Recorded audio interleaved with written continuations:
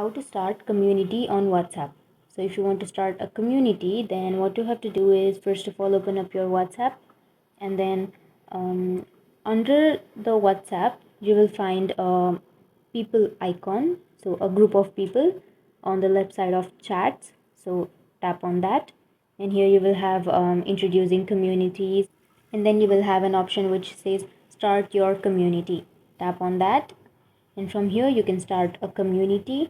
You can add and manage related groups from one place and reach up to 2000 members with announcements, and organize your neighborhood, school, team, and many more.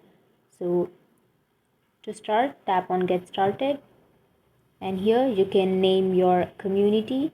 So for example, I'll be naming West, and then you will have to write what's this community for. So it's helpful to and rules for your members. So write about your community, and after that simply tap on the arrow which is on the bottom right corner, and from here you can like add groups to you can create a new group or you can add existing groups. You can choose any one of them and tap on the bottom right corner which has a tick sign, and now you have created a community. So you can tap on view community and you will see your community.